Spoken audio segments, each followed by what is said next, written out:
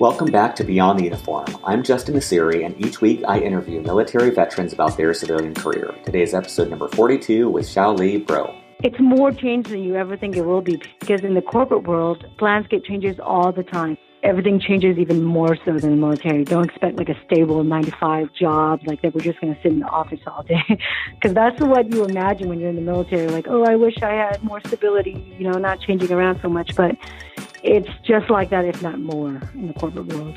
The top 3 reasons to listen to today's episode are, number 1, rotational program. Shaoli is part of General Electric's Junior Officer Leadership Program. GE is one of the most respected companies in the world, and rotational programs are one of the most efficient ways to get exposure to the many facets of a business. Shaoli provides a great overview of both. 2, perspective. Shaoli was a stay-at-home mother for her first 2 years after her military transition. She talks about what this was like, the perspective it gave her, and how she went directly from this into one of the most competitive jobs in the world. She also talks about her experience with the reserves and some challenges she faced there. At beyondtheuniform.io, there are show notes for this and other great episodes.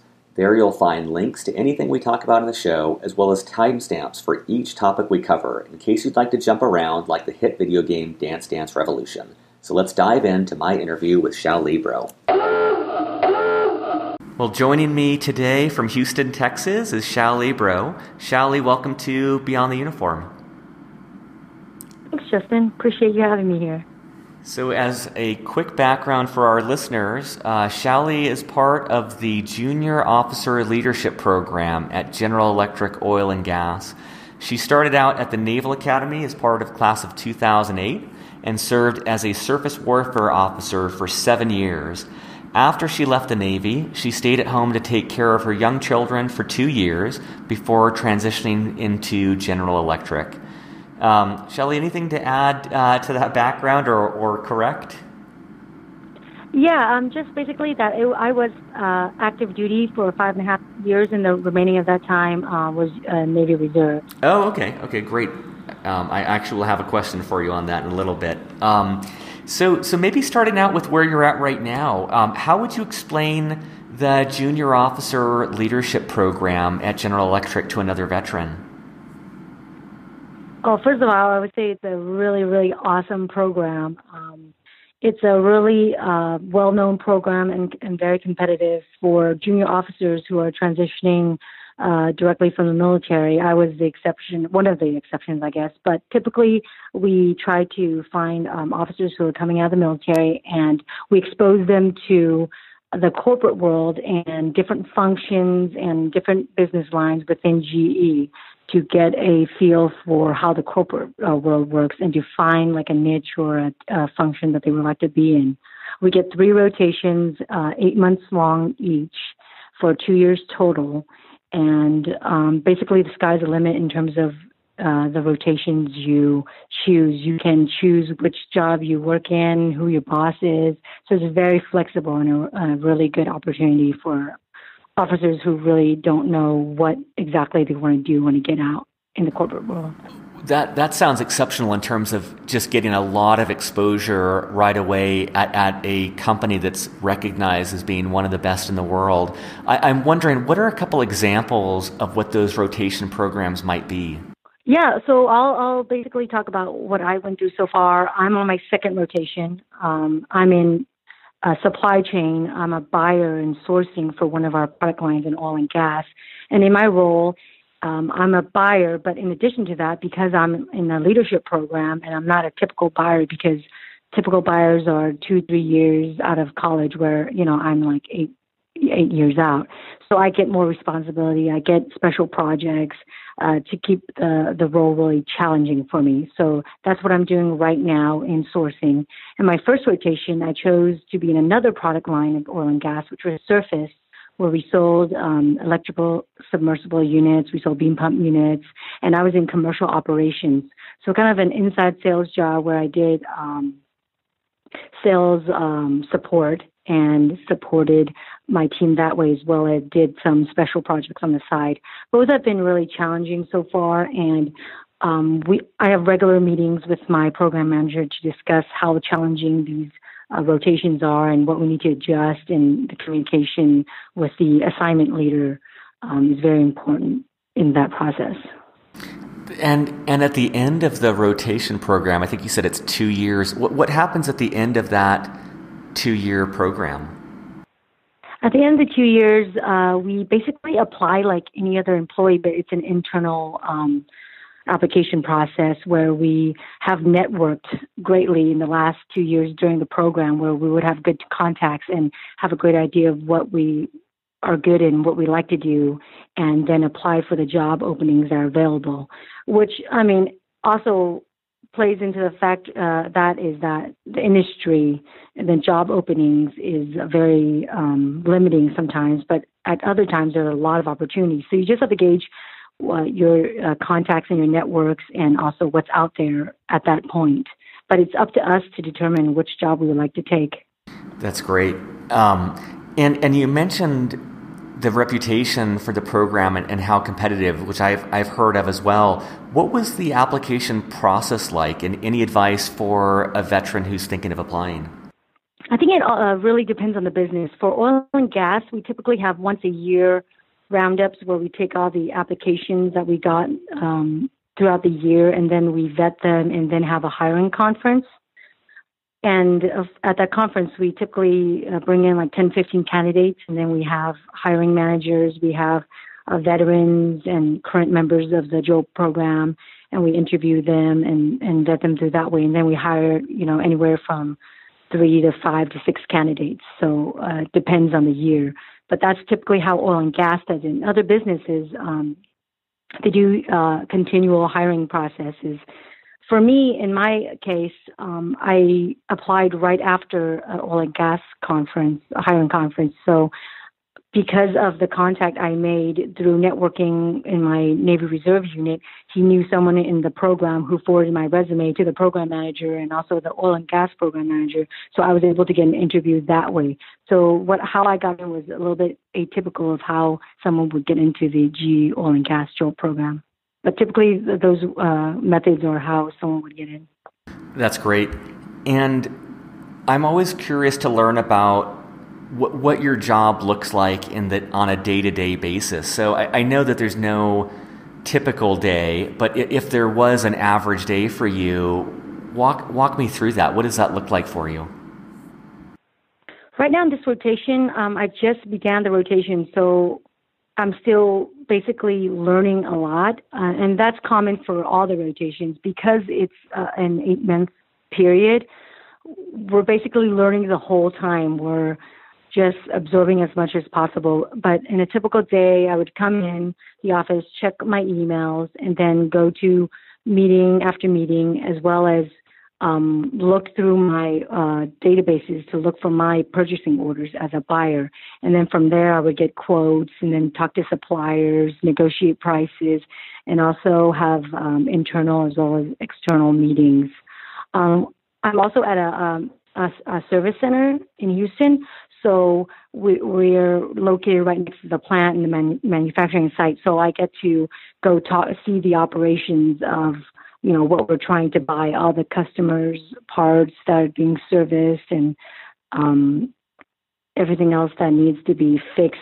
I can go and visually see and touch those parts, as well as look at quality and engineers and the operations side of the house and how they manage. So I'm able to get a tactical view as well as the strategic view at my position right now. That's great. And what has been the most challenging part of the rotational program for you?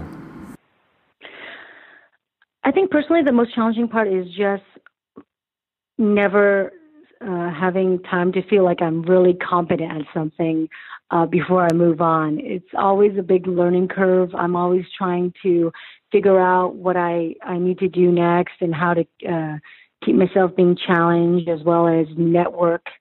And all those things balance with my workload, because they do give us a real workload in addition to everything else we have to do for the program. It's kind of difficult, just constantly learning and constantly, trying to survive. I guess that's normal for everyone, but just being on this program, having to never being comfortable in a position is the hard part for me. Yeah, I don't think it clicked for me until you said that, because I kept on thinking of this as what an incredible opportunity to figure out all the different aspects of a company and really get a tremendous amount of experience in a very short amount of time. And I never thought of the reverse side of that, of just when you get comfortable somewhere, just when you know everyone and you know how it works and you're adding value is probably at that point at which you rotate to the next one. So it's just interesting. I hadn't considered the other side of that coin. And it does make me think of consulting, where, you're doing shorter projects, but I'm just guessing that most consulting organizations, the team size is a little bit smaller, so that you're probably working with people or brushing shoulders with people, more often than I imagine for you. I would imagine the rotational program is a little bit more distant, where each new role is dramatically different than the previous with a completely new team. Do you think that's fair? I think that's a fair assumption, definitely. But it's also up to us as a candidate. I could choose all my rotations to be in sourcing if I wanted to, just different aspects of sourcing. But for me, since I really didn't have a clear idea of where I wanted to land, I wanted to try something new, as well as give myself a broad perspective of how a corporation runs, all like different functions that work together. So that for me, I chose this in terms of a little bit harder road in terms of learning all these new things each time in each rotation. So it's definitely something I chose, but I'm glad I'm doing it. Yeah. And if someone is listening right now and they are, you've piqued their curiosity on the program, what are some indications that they may really like this and be well suited for it? And what are some indications that it might not be ideal for them? If you're a person who doesn't really know exactly what they want to do in the corporate world, or don't even have a really good idea of what the corporate world is like, and you want to work for a really great corporation, then the GE Joe program is perfect for you. And for me so far, I have nothing but good things to say about it. It's all perspective as well, so you just have to have a positive outlook. But for those that the program might not be best suited for, would be someone who probably does not want constant challenges or doesn't like change, which, for any veteran, we're used to in the military. Let's face it, we rotate every couple of years. We have new jobs within those couple of years. So if you're comfortable and you do like those challenges and like meeting new people, learning new functions and processes, then this program is great for you. Yeah, that's true too. When you say that too, that most military personnel have probably rotated around so often that what you're describing is not that. It seems extreme to me now, since I've been on the other side for so long. But then from a military standpoint, it's probably not that not too much more disruptive than they're used to. And I'm wondering, is there anything that you wish you had known when you first started the Junior Officer Leadership Program? That even though we do have 3 rotations and you're going to change, you're going to learn constantly, it's more change than you ever think it will be, because in the corporate world, landscape changes all the time, even more so than the military, I think. Earlier this week, I just found out that GE Oil and Gas is merging with Baker Hughes. So that was something I did not expect at all. And so we just have to adapt to it, we have to change to it, and just learn from it.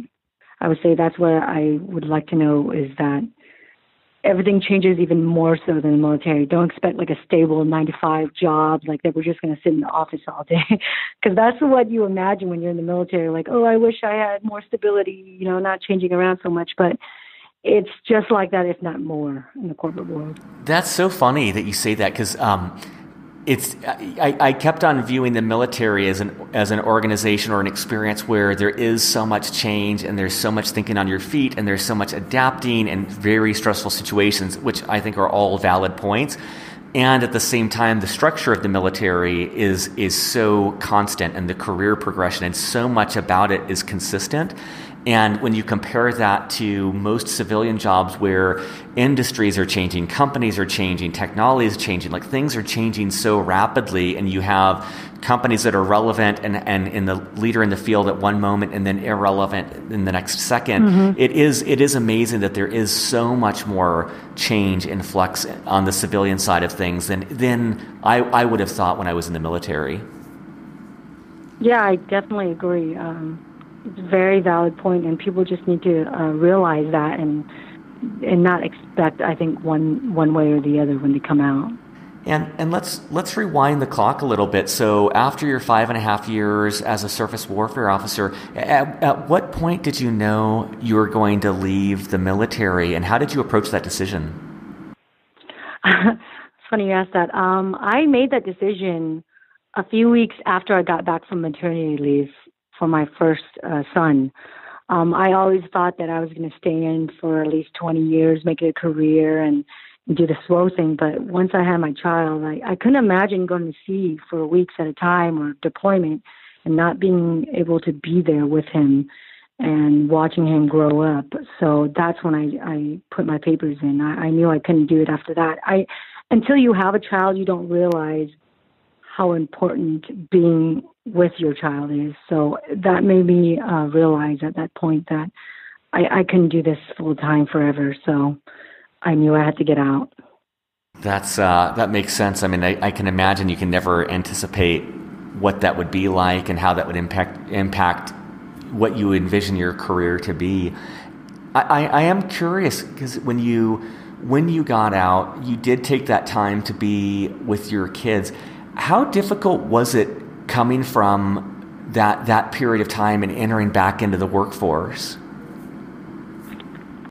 It was actually more smooth than I thought, because when I was at home, all day it wasn't natural to me being a stay-at-home mom. So I loved spending time with them. I loved, doing the stay-at-home mom thing. But after 2 years, I was like so ready to get back out there. So once I got accepted to the program, I just charged on through. I enjoyed working. I also enjoyed going home and spending quality time with him. Whereas I had, all day with him before. Now I only have 3, 4, 5 hours with him. So I made that time count. So transitioning wasn't as hard as I thought it was going to be. It was actually a really good experience and positive experience. That's great. I mean, I think it's a really incredible role model that not only did you seamlessly enter back into the workforce, but you did it at such a tough company and tough program to get into. I think that's really inspirational. Thanks. And you mentioned that you did reserves for about a year and a half or so after you got out. How was that? Like, what drove that decision, and what was that experience like? Actually, sorry, I meant I'm still in the reserves, so I've been in for 3 years since active duty. I'm still in right now. So what's that like being in the workforce and part of reserves? It is actually pretty difficult for me because in addition to the full-time G job and the reserves, I have 2 small children. So for me, I'm coming to a decision point right now that I need to give up one thing, and I can't give up my kids. I can't give up my full-time job. So I think I'm at a point where I'm making the decision to get out of the Navy Reserves. It was too difficult for me to balance, like the weekends and the ATs, and also work in the evenings. It was just a little bit too much for me. I really enjoy being in the reserves, but I'm just coming to a point in my life where I just need to choose one thing, 1 or 2 things, and be really good at them. And unfortunately, the Navy Reserves is behind my family and my full-time job. Yeah, I was just going to say, but with any one of those would be a full-time responsibility, and then all 3 of them simultaneously seems like a lot to take on. As you look back on your time since active duty, in what ways do you feel behind your civilian counterparts, and in what ways did you feel ahead of your civilian counterparts because of your military service? First of all, behind my civilian counterparts was the corporate knowledge. I didn't have the knowledge that my other counterparts had because they were in the industry for like 7-8 years. I didn't have any of that corporate knowledge. But what I did have was vast leadership experience from day one of graduating the academy, was being in charge of a division and then departments. That leadership skill set that I got from the military was so valuable. I didn't realize that until I came out to GE and saw people that have been working for, 10, 15 years and don't have any direct reports. They never really got to exercise leadership. So that was very valuable, and that I think helps me so much in my position now, because many people don't have that experience, and having that is a really, really valuable thing at GE.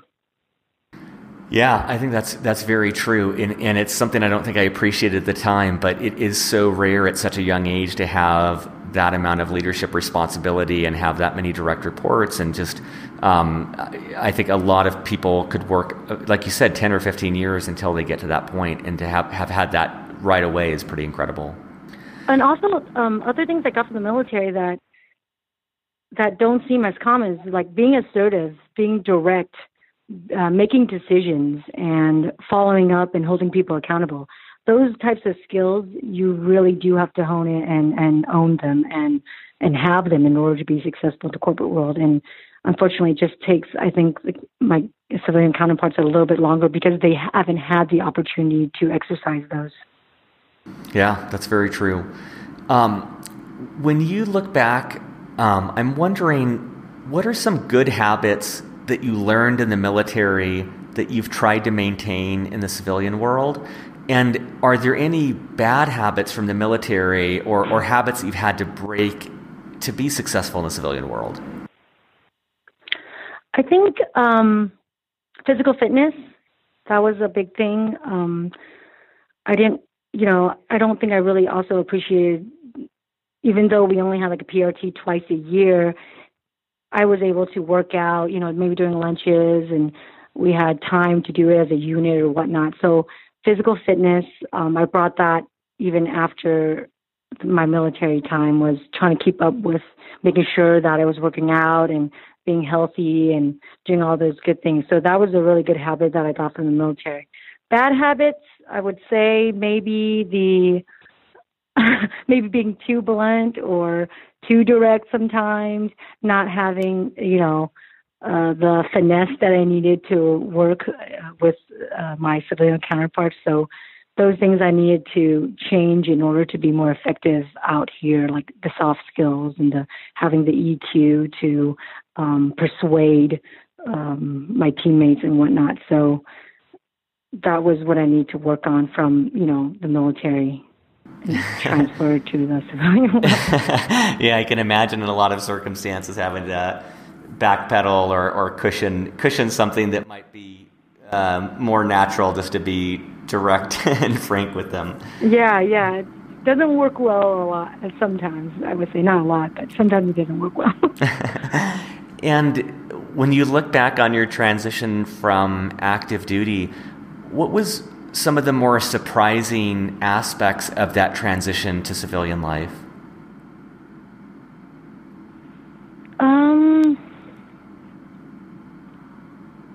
I guess having all that free time, not having, the worry and the stress of going on deployment and standing duty every 6 days and being away from my family, and actually being able to plan for holidays and trips and all those things. It was really, really nice. And I've said it a couple of times to others as well, but I don't think I ever regretted getting out of active duty. It was a great time. I learned so much, and I loved serving. But looking back, I mean, I love where I'm at now, and I love my life now. So I can't imagine going back to that. But does that answer the question? Yeah, no, absolutely. Yeah, it's. I'm just thinking of, some aspects of when I went straight to grad school, but there was some aspect of like feeling like my parents were away, and I'm like, wow, I can do whatever I want over this weekend. Like I could do whatever I want. Yeah. Like it's just kind of a new feeling to, at the time I was 27, and it was like the first time I had experienced that, especially going from high school to the Naval Academy to active duty. It was a long time until you had that feeling of like what, and that kind of fear that I think at the academy maybe is more of like breaking rules and things like that, or waiting to get in trouble. And then you feel like, wow. I remember my brother, who was at the academy as well, he had kind of said something like that. He's like, wow, if I, went over there and took this thing, like they would yell at me, but it's like, what are they going to do? It's just kind of like we grow up with these strict boundaries. And then when that's gone, there's a lot of downsides to that, but there's also this sense of freedom. And also the stress level. I mean, it's stressful working the civilian world, but compared to being on a ship and the stress of driving like a multi-million-dollar warship and having like people's lives at stake, it's just a totally different feeling. Some might say they love that feeling, but for me, I was happy that I didn't have to have all those people's lives on my conscience, like in terms of all my actions. So I felt a lot less stressed in that way. Yeah, I mean, I think it's also a sign that you took that role very seriously, and you realized the gravity of the position you were in. And I think that's awesome. If someone's on active duty right now, and maybe they're thinking of separating in a couple years, is there any advice you would give them in terms of things they could start doing right now to prepare them for their next career or their career as a civilian? I mean, I was always the type of person, I didn't really plan that much ahead. So I would just say, just enjoy your time serving. I mean, don't worry about it. Just when the time comes, a few months before, start looking for jobs. But until then, just relax a little bit. Don't feel like you're pressuring yourself to figure out what exactly you have to do, because plans never really work out anyway. So I always believe in things work out in the end. Just put your best effort when you're doing it, and you'll find what you like eventually. And if you don't like it, do something else.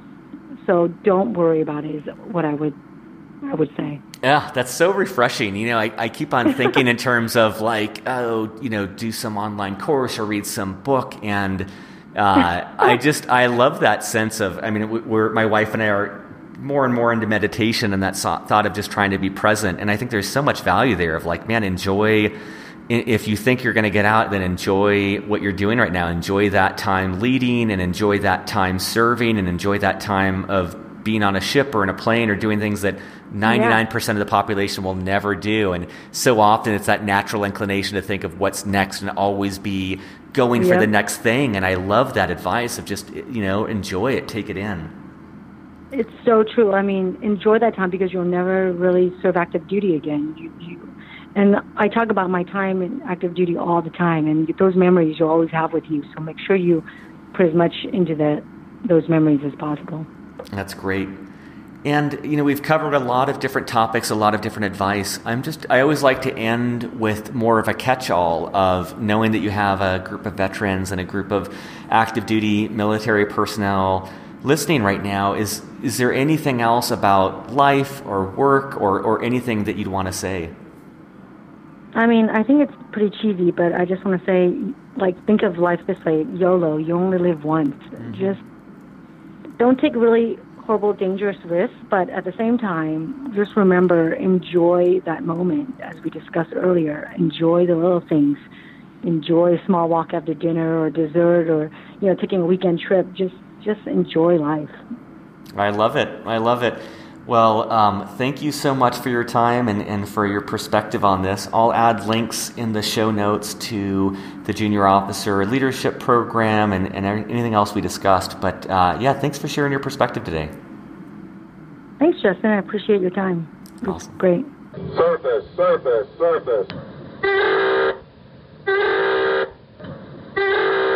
Thanks for listening. Before you go, 3 important announcements. First, if you believe in what I'm doing and believe in supporting veterans in their careers, please, please, please help me spread the word. The best way I know to do that right now is by taking 18 seconds to write a review on iTunes. It would mean a lot. Second, based on my interviews, I'd advise any and all veterans to look at servicetoschool.org and the American Corporate Partners. Both are completely free for veterans and give you a lot of great resources for your education or professional life, respectively. Third, there are a ton of other great interviews, resources, and data at beyondtheuniform.io. Check it out, share it with your friends, and drop me a line if you have any feedback because I'd love to hear from you. Thanks, and see you on the next interview.